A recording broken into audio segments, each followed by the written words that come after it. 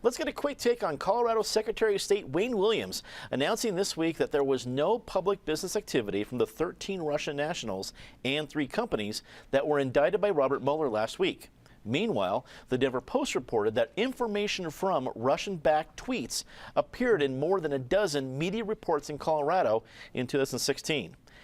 Patty Calhoun from Westward, are you fearful that Russian tweet information made its way into Westward? Well, I just hope they are buying pot, and then I don't care. It's working fine.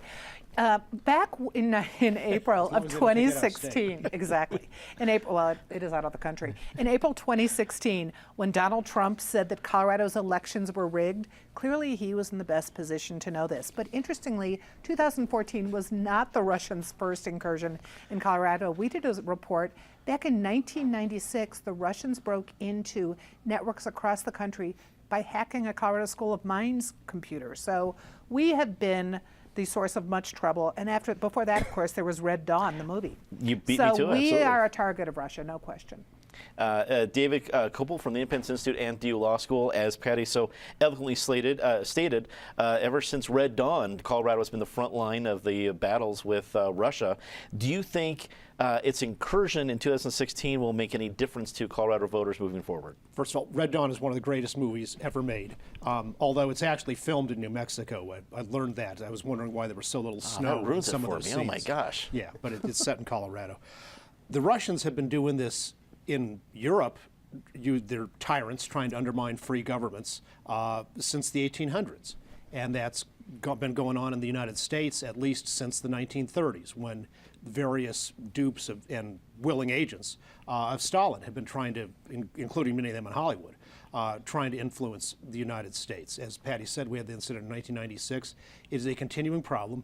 The tyrannies that rule Russia, under whatever names they were, the czars of the olden days or the communists and now Putin, it's all kind of the same thing. And we need to recognize that Russia is a serious threat to our system of government. And boy, it's another reason I wish Mitt Romney had won that election in 2012, because he recognized Russia was a threat, and Obama blew it off, and now we learned that Obama actually knew about most of this Russian activity going on in the last election cycle and did nothing about it. Penfield Tate, attorney at Q-Tech Rock, also a longtime state lawmaker. Do you think Coloradans will be more wary of what we see and hear as we approach what's bound to be a very contentious 2018 election? I think they will be, and I think they ought to be. You always ought to, question the source until you can validate, or at least get some sort of corroboration for what you're hearing. So I think we're all well advised to be guarded about the information we get. And to David's point, it's not just the last election cycle or the one before that. The Russians have been doing this for decades. And I think a lot of governments have known it. They just haven't figured out how to be better than they are and block what they're doing. And I think they've given us all a false sense of security by not talking about it previously. But now it's in your face. You just can't avoid it. And the only question as Americans we have to deal with now is whether the Trump campaign actively colluded with that effort and with the intention of changing the outcome of the election. And that's what Mueller's looking into. Michael Fields from Americans for Prosperity rounds out the panel.